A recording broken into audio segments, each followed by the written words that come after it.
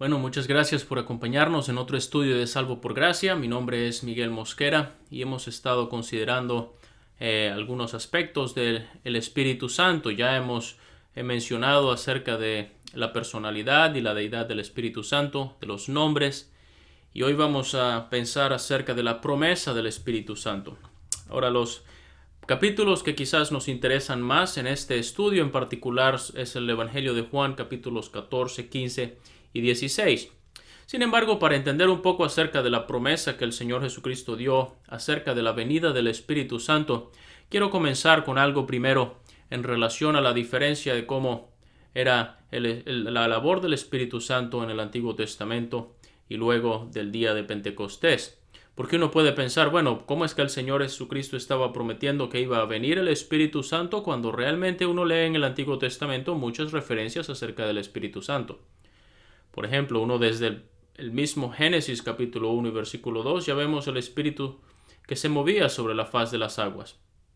Entonces, no es que el Espíritu Santo había estado ausente por miles de años y entonces iba por fin a venir luego de que el Señor Jesucristo lo había prometido. Pero hay una diferencia en cómo el Espíritu Santo, su actividad o su obra en el Antiguo Testamento y su obra luego del día de Pentecostés, cuando se cumplió la promesa del Espíritu Santo. El Señor Jesucristo estaba hablando de la venida del Espíritu Santo refiriéndose al día de Pentecostés, como lo vemos en Hechos capítulo 1 y capítulo 2.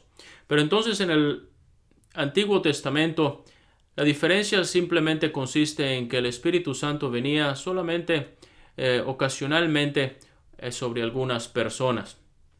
En primer lugar, esta idea sobre algunas personas. Es decir, no todo creyente vamos a leer en el Antiguo Testamento que el Espíritu Santo venía sobre ellos.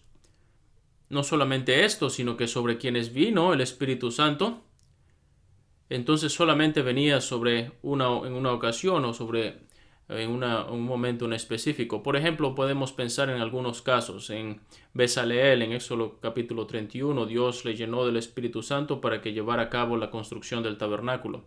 O los ancianos de Israel en Números capítulo 11. O algunos jueces como Otoniel, como Gedeón, el Espíritu Santo vino sobre ellos para que libraran al pueblo de Israel. O sobre Saúl, que en varias ocasiones leemos que el Espíritu Santo vino sobre él. Y aún también leemos que el Espíritu Santo se apartó de él. De manera que entonces vamos a ver que el Espíritu Santo en estas ocasiones, él venía sobre algunos creyentes con un fin específico y por un tiempo temporal. Pero luego del día de Pentecostés, de la venida del Espíritu Santo, ahora el Espíritu Santo va a venir sobre todo creyente, como lo leemos en Romanos capítulo 8, ¿verdad? Si alguno no tiene el Espíritu de Cristo, no es de él. De manera que el Espíritu Santo viene sobre todo creyente. Y él permanece allí. Vemos en Juan capítulo 14. El Espíritu Santo, él estará con vosotros para siempre. Y además de eso, Efesios capítulo 1, cuando se nos dice el Espíritu Santo de la promesa, hemos sido sellados con el Espíritu Santo de la promesa, que es las arras de nuestra herencia hasta la redención de la posesión adquirida. De manera que el creyente, el Espíritu Santo está en el creyente permanentemente. Entonces allí está la diferencia.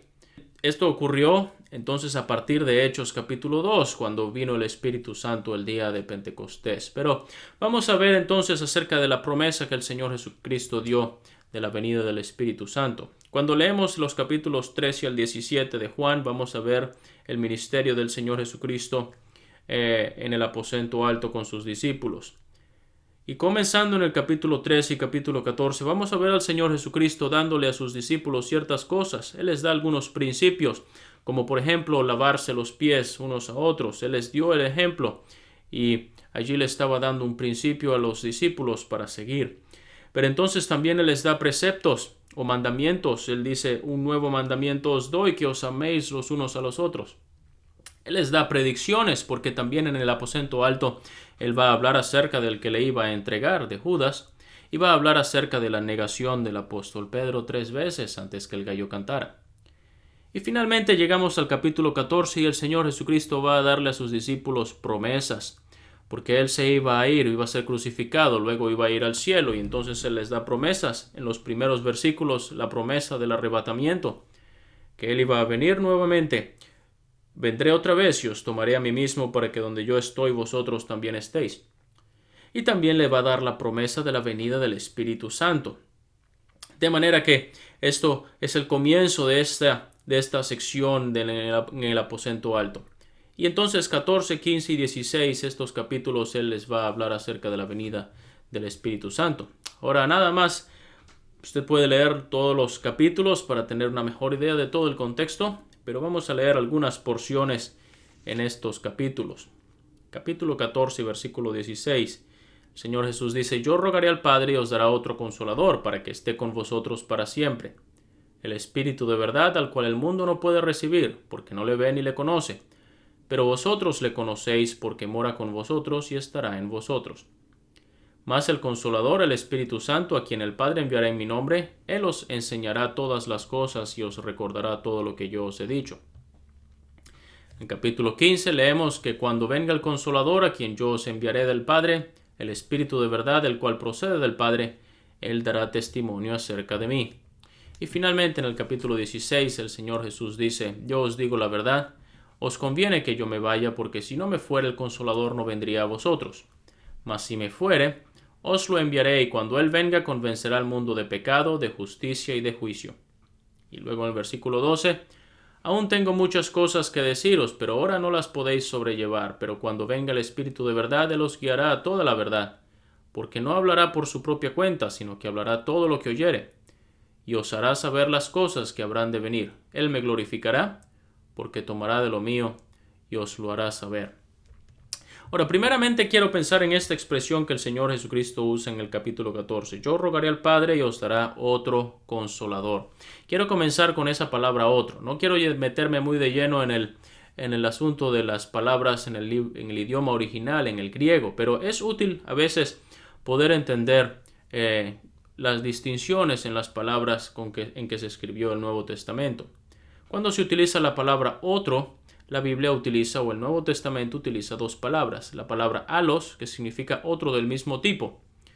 Como por ejemplo en Mateo 20, cuando el hombre había contratado a unos obreros y él luego fue otra vez a la plaza y se consiguió a otros obreros que estaban desocupados. Cuando utiliza la palabra otros obreros, es otros que son del mismo tipo. Obreros igual como los que ya había contratado, pero estos eran otros. Y hay otra palabra que es la palabra heteros, que es otro de un tipo diferente. Como por ejemplo en Gálatas capítulo 1, cuando Pablo habla acerca de aquellos que predican otro evangelio. Era un evangelio, pero era completamente diferente al evangelio que él predicaba. No tenía el mismo carácter ni tenía el mismo mensaje. No era para nada similar, era otro distinto. Y entonces, a veces se utilizan intercambiables estas palabras, pero en algunas ocasiones sí se hace la distinción. Y aquí es una de las ocasiones en las que el Señor Jesucristo está dando esta distinción. Cuando Él utiliza otro consolador, se está refiriendo al Espíritu Santo como alos, es decir, otro del mismo tipo, que otro así como Él iba a venir. Entonces el Espíritu Santo, otro así como el Señor Jesucristo, otro consolador. No alguien distinto o de un tipo diferente, sino uno semejante al Señor Jesucristo. Cuando uno lee en 1 de Juan capítulo 2, se nos dice esta misma palabra consolador, que se traduce allí en 1 de Juan 2 como el abogado. Abogado tenemos para con el Padre, a Jesucristo el justo. Se está refiriendo al mismo Señor Jesucristo. Entonces estas dos palabras, o esta palabra mejor dicho, se utiliza para estas dos personas, para el Señor Jesucristo y para el Espíritu Santo. Y esa palabra consolador, otra vez, un detalle sobre la palabra en griego, pero es la palabra parakletos. Está compuesta de dos formas. Para, que significa al lado de, y kletos, que significa llamar. Entonces un parakletos era uno que se llamaba o era llamado para ir al lado de otro. Y eso es lo que el Espíritu Santo está haciendo. Eso es lo que el Espíritu Santo va a hacer con los creyentes, y Él está haciendo. ¿Y por qué se menciona que también el Señor Jesucristo es consolador o paracletos? Porque el Señor Jesucristo también había estado al lado de los discípulos durante su ministerio. Usted recuerda cuando el Señor Jesucristo estaba aquí en la tierra. Él estaba constantemente con sus discípulos. Él llamó a 12. ¿Y qué era lo que estaba, el propósito, lo dicen los evangelios, por el cual el Señor los llamó? Él los llamó para que estuvieran con Él y para enviarlos a predicar. De manera que estos discípulos, ellos habían experimentado la realidad de la presencia del Señor en todo momento en el cual ellos estaban en el ministerio del Señor Jesucristo. El Señor había comenzado esa labor. Él había comenzado en esa tarea, esa actividad de estar junto, estar al lado de sus discípulos a lo largo de su ministerio. Ahora el Señor se iba a ir. Él se iba a ir al cielo de regreso y Él les dice, yo no les voy a dejar huérfanos. Voy a enviar a otro consolador, a otro que va a estar también al lado de ustedes, así como yo he estado al lado de ustedes a lo largo de todo este tiempo. Ahora el Espíritu Santo es mucho más allá, porque Él no solamente iba a estar al lado de esos 12 discípulos o de los discípulos que estuvieron con Él, sino también que Él está al lado de todo creyente. Y esa es la idea que el Espíritu Santo de lo que Él está haciendo con nosotros el día de hoy. Él está siempre a nuestro lado. Él está a nuestro lado en los días de alegría, en los días de tristeza. Él está a nuestro lado en los días de conflicto, así como en los días de calma y tranquilidad. Él está a nuestro lado no solamente cuando necesitamos realizar el servicio para la obra de Dios, pero Él está a nuestro lado cuando estamos haciendo los oficios de la casa. Él está a nuestro lado en el trabajo. Él está a nuestro lado en la escuela. Él está a nuestro lado en la calle donde quiera que nos encontremos. Él está a nuestro lado en todo momento. Y eso es lo que el Señor Jesucristo le dijo a los discípulos. Os dará otro consolador para que esté con vosotros para siempre. Porque Él mora con vosotros y estará en vosotros. Entonces estas son dos ideas en relación al Espíritu Santo. El Espíritu Santo mora en el creyente, Él estará en vosotros. Pero no solamente Él está en el creyente, pero Él va al lado del creyente también, junto con nosotros en todo momento. Y esta palabra es utilizada en 5 ocasiones en el Nuevo Testamento. Está utilizada en el capítulo 14 2 veces, en el capítulo 15 y en el capítulo 16, y luego en Primera de Juan, capítulo 2, versículo 1. Entonces, a pesar de que la palabra se traduce como consolador en el Evangelio de Juan, a veces cuando pensamos en la palabra consolador, pensamos quizás en alguien que, Él viene cuando nos ha pasado algo, viene el consolador para sanar esas heridas, para calmar ese dolor. Ahora, el Espíritu Santo hace eso, pero eso no es lo único que el Espíritu Santo hace. El Espíritu Santo es uno que va al lado de nosotros, no solamente, o que está al lado de nosotros, no solamente después que algo ha ocurrido. Él va con nosotros antes del conflicto, para prepararnos, para fortalecernos. Él va con nosotros durante el conflicto, para ayudarnos, para guiarnos, para abogar por nosotros. Y Él va con nosotros después del conflicto, para consolarnos, para sanarnos, para enseñarnos. De manera que el Espíritu Santo así lo es. Es uno que está constantemente a nuestro lado. Su presencia con nosotros nos brinda seguridad. Su presencia con nosotros nos brinda fortaleza. Nos da ayuda, nos guía. Él intercede en nuestra debilidad. Él nos ayuda en la oración. Él nos ayuda en nuestro servicio para poder agradar a Dios. Él está constantemente con nosotros. Él no nos deja. De manera que el Espíritu Santo es uno que está siempre a nuestro lado.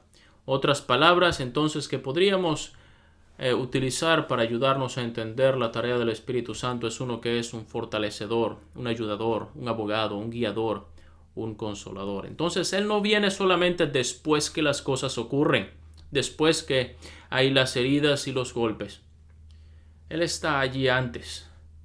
Él está allí durante. Él está allí después. De manera que cualquiera sea nuestra necesidad como creyentes, tenemos a uno que va a nuestro lado. El Señor Jesucristo, Él está con nosotros. Él va con nosotros. Él nos dejó esa promesa. Pero además de esto, Él dijo, yo no les voy a dejar huérfanos, yo voy a enviar a otro consolador, a otro que también, así como yo, Él va a ir constantemente junto con vosotros. Pero entonces vamos a pensar en algunas de las labores del Espíritu Santo. En primer lugar, vamos a ver su labor en relación al mundo. Y lo vemos aquí en estos mismos pasajes que leímos. En el capítulo 16 leemos, Él, cuando venga, va a convencer al mundo de pecado, de justicia y de juicio. El Señor Jesucristo mismo lo explica en los versículos siguientes.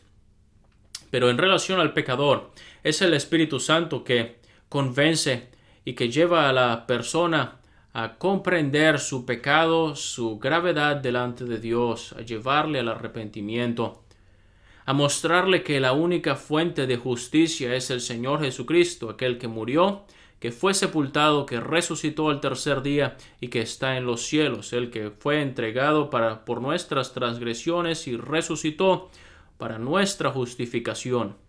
Él es nuestra justicia. El Espíritu Santo lleva a la persona a comprenderle acerca de la urgencia de la salvación, porque en vista de un juicio futuro, Satanás, el enemigo de Dios, ha sido ya juzgado, derrotado en la cruz, y la sentencia o la ejecución de esa sentencia a Satanás va a venir en el juicio un día futuro, y así de la misma manera para todo aquel que rechaza el Evangelio del Señor Jesucristo está determinado también el juicio. Pero entonces en relación al creyente, de manera que el Espíritu Santo está obrando en el mundo, en aquel aún en los que no son creyentes, para llevarlos a Cristo para salvación. Pero Él está obrando también en nosotros los creyentes.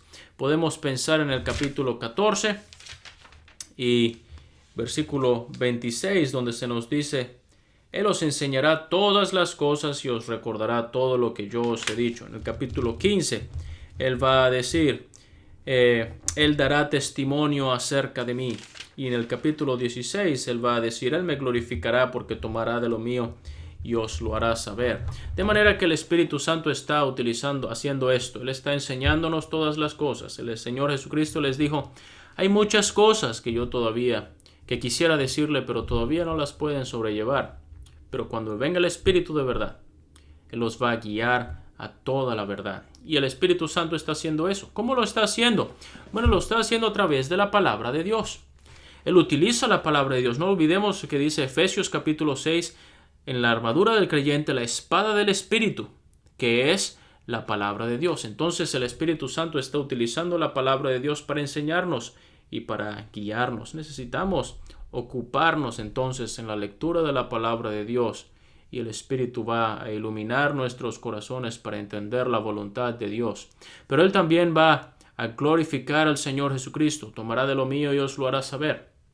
Algo que el Espíritu Santo no hace o no está interesado en hacer es en el buscar la gloria para sí mismo, es decir, atraer la atención hacia Él. Al contrario, el Espíritu Santo es uno que está deseando traer la gloria para el Señor Jesucristo, mostrarnos a Él, presentarnos al Hijo, mostrarnos las glorias del Señor Jesucristo, exaltarle, glorificarle, recordarnos las palabras que Él hizo, su vida, su muerte y todo lo que tiene que ver en relación, como dice capítulo 15, Él dará testimonio acerca de mí. Eso es lo que el Espíritu Santo está haciendo en nosotros, que podamos nosotros también percibir estas cosas del Espíritu, aprender acerca de lo que Él está haciendo, porque Él está buscando formar en nosotros la persona de Cristo, buscar en nosotros aprender acerca de Cristo, llenarnos acerca de Cristo. El Señor Jesucristo entonces les dio esta promesa. Iba a llegar el momento cuando el Espíritu Santo iba a venir. El Señor Jesucristo dice, a ustedes les conviene que yo me vaya, porque si yo me fuere, entonces el Espíritu Santo vendrá. Así de maravillosa es la obra de lo que el Espíritu Santo está haciendo en nosotros. que podamos aprender de Él y apreciar lo que hace en nuestras vidas.